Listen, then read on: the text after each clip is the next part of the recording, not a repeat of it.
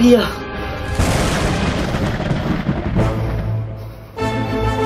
Ay naku! Ang mga angel naglalaba at naliligo sa ilog ay sagaba lamang sa paglalaro ng lahat.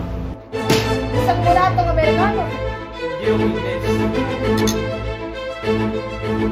Bakit hindi na lang buong tulid? Gusto na ang iyong mga pinagsasabi. Hindi kailangan ng mamamayan ang tumungo sa eskwela upang mag-aaral ng siyensya. Putis na! Napakalaking problema! Masasagot ang simpleng karanasan? Nahihibang na ba kayo, Father Starving?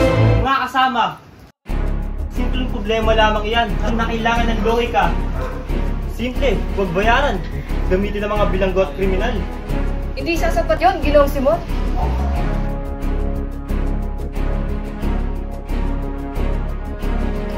Isang mulatong Amerikano. Hindi yung Ingles. Itay, dahil sa ating pagsigap, malapit na natin maabot ang ating mga pangarap. Sa bakas, Tama ka anak, kung may tiyaga, may nilaga. sumusobra na talaga ang mga filing yan. Anak, bakit mo nangyari? Paano? Itinaas nila sa 50 piso ang aking babayaran taon-taon. Tiisin mo na, huwag talaga mo na yung buhay. Huli, bakit kumalangkot? Ganap na ang ating pangarap na manirahan sa bahay ng tatlo. Ngunit ang pangarap na makapag-aral kami magkakapatid, lalo na ako, ay hindi natupad.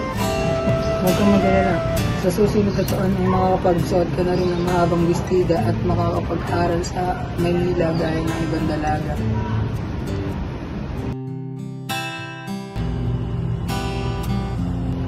Dapat ko na rin sigurong kalimutan si Basilio. Sapagkat ang isang taong may mataas sa pinag-aralan na tulad mo, ay malabay ko pa rin ang pangako ikasal sa isang taong katulad mo. Huli, nabalitaan ko ang sinabi.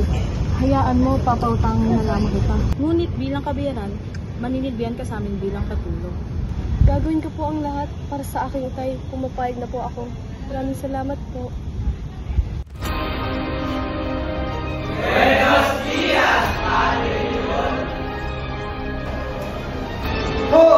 Ikaw, ang tutoy.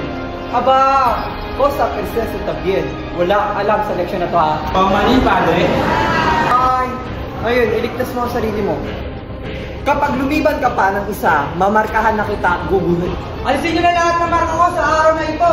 Naibang ka na ba? At bakit? Hindi ko pulupos maisip ang wala rito ay nakakapag-ulat ng leksyon. Di ba pwedeng lumiban at alam mo leksyon?